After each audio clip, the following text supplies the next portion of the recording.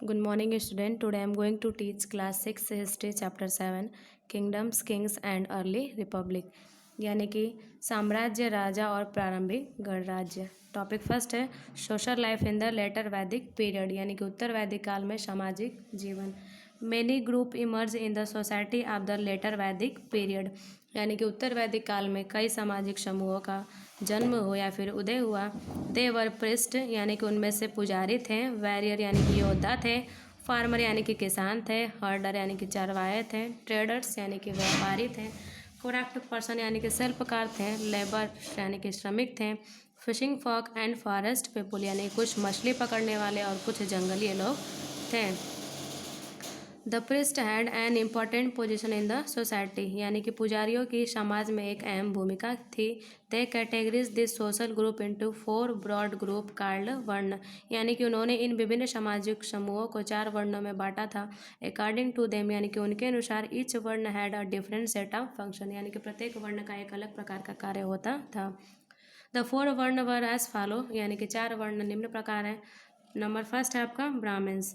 They have the most respectable position in the varna vyavastha यानी कि जो ब्राह्मण थे उनका सबसे सम्मानजनक सिस्टम था यानी कि वर्ण व्यवस्था में सम्मानजनक स्थिति पे थे। They were expected to study and teach the Vedas, perform sacrifice and received gift यानी कि वो वेदों के अध्ययन और अध्यापन की उपेक्षा, यज्ञ करने और उपहार प्राप्त करने की उनसे अपेक्षा की जाती थी।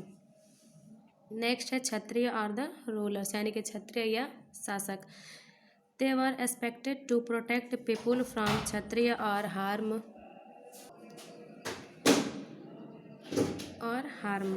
यानी कि क्षत्रियों या शासकों से उनसे रक्षा की उपेक्षा की जाती थी। They had to fight battles यानी कि वे युद्ध लड़ा करते थे। दे कुड परफॉर्म सेक्रीफाइस यानी कि वे कुछ बलिदान जैसे या फिर यज्ञ जैसे चीज़ों का वो प्रदर्शन भी करते थे। द विश और वैश्य। They include farmer, हर्डर and trader यानी कि इनमें किसान, चरवाहे और व्यापारी शामिल थे। They could also perform sacrifice यानी कि वो भी सेक्रीफाइस जैसे कार्य को किया करते थे। नेक्स्ट है Shudra. They had to serve the other 3 varna यानी कि उन्हें 3 वर्ण को देखने थे या फिर उनकी सेवा करनी थी। They could not perform rituals यानी कि वे अनुष्ठान नहीं करते थे। Shudra as well as women were not allowed to study the Veda यानी कि जो शूद्र महिलाएं थे उन्हें वेद पढ़ने का अध्ययन या फिर वेद पढ़ने का आज्ञा नहीं थी। नेक्स्ट है अनटचेबल्स यानी कि जो अछूत थे। The priest further classified some people as untouchables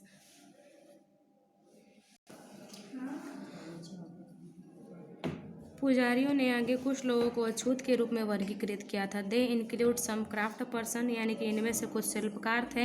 Hunter and gatherers as well as those people who help in performing burials and cremation यानी कि इसमें शिकारी और संग्रहकर्ता के साथ साथ वे लोग भी शामिल थे जिन्होंने अंत्येष्टि और दाह संस्कार करने में मदद की थी। The contact with this group was considered to be a sin यानी कि इन समूहों के साथ संपर्क करना पाप माना जाता था। Although the division of society based on people occupation started during the Rig Vedic period, this division was not very sharp at that time यानी कि यद्यपि लोगों के व्यवसाय के आधार पर समाज का विभाजन ऋग्वैदिक काल में शुरू हुआ, यह विभाजन उस समय बहुत तेज नहीं था। But during the later Vedic period, the Varna system became deep root, rigged and hereditary. लेकिन उत्तर वैदिक काल के दौरान वर्ण व्यवस्था गहरी जड़ें, कठोर और वंशानुगत हो गईं। The varna was now decided not by occupation but by birth यानी कि अब जो उनका ऑक्यूपेशन था या फिर व्यवसाय के हिसाब से हम समाज में वर्णों को डिसाइड नहीं करते थे लेकिन उनके जन्म से। How ईवर this system was criticised by various segment of society However, this system was also criticized by various segments of the society यानी कि हालांकि इस प्रणाली की समाज के विभिन्न वर्गों ने आलोचना की। This segment said the birth could not be basis of the वर्ण यानी कि विभिन्न वर्ग इन वर्गों ने कहा कि जन्म वर्ण का आधार नहीं हो सकता। They felt that there should be no difference amongst people on the basis of occupation, यानी कि उनका मानना था कि व्यवसाय के आधार पर लोगों में कोई अंतर नहीं होना चाहिए। They were of the opinion that everybody should be able to perform rituals, यानी कि उनका मत था कि सभी को अनुष्ठान करने में सक्षम होना चाहिए। Specially the influence of the priest was limited in the north east, विशेष रूप से पुजारियों का प्रभाव उत्तर पूर्व में सीमित था। Political life in the later Vedic period, यानी कि उत्तर वैदिक काल में राजनीतिक जीवन। The king, we have study in the previous chapter that in the early Vedic period there were many tribes or communities, यानी कि हमने पिछले चैप्टर में यह अध्ययन किया है, यानी कि उत्तर वैदिक काल के there were many tribes and communities, यानी कि वहाँ पे बहुत सारी जनजातियाँ और विभिन्न समुदाय के लोग थे।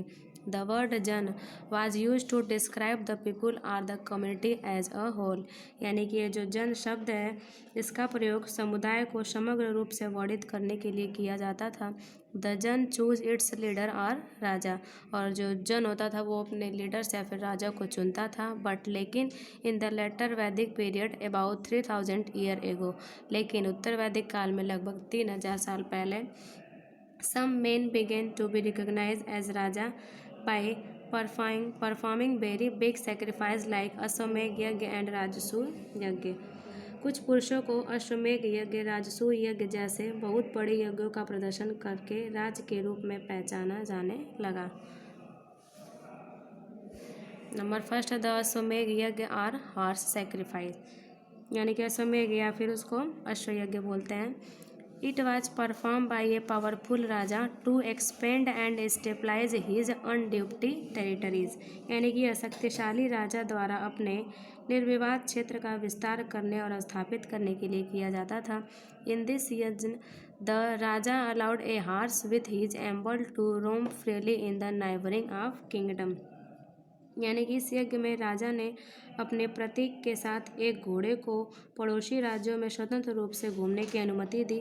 The raja men's guarded the horse, राजा के आदमियों ने घोड़े की रखवाली की। If any other raja stop it he had to fight and the victorious king annexed the defeated king territory, यदि किसी अन्य राजा ने इसे रोका तो उसे लड़ना पड़ेगा और विजयी राजा ने पराजित राजा का क्षेत्र पर कब्जा कर लिया।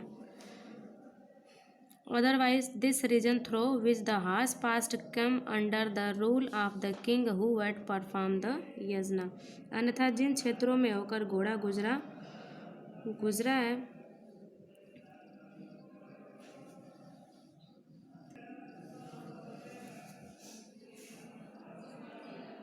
यानी कि जिन क्षेत्रों से होकर घोड़ा गुजरता वे राजा के शासन में आते और जिन्होंने यज्ञ किया था। He then invited the other raja who had accepted his subordination, this raja brought gift for him, यानी कि जिन्होंने उनकी अधीनता स्वीकार कर ली वे राजा उसके लिए उपहार लाते थे।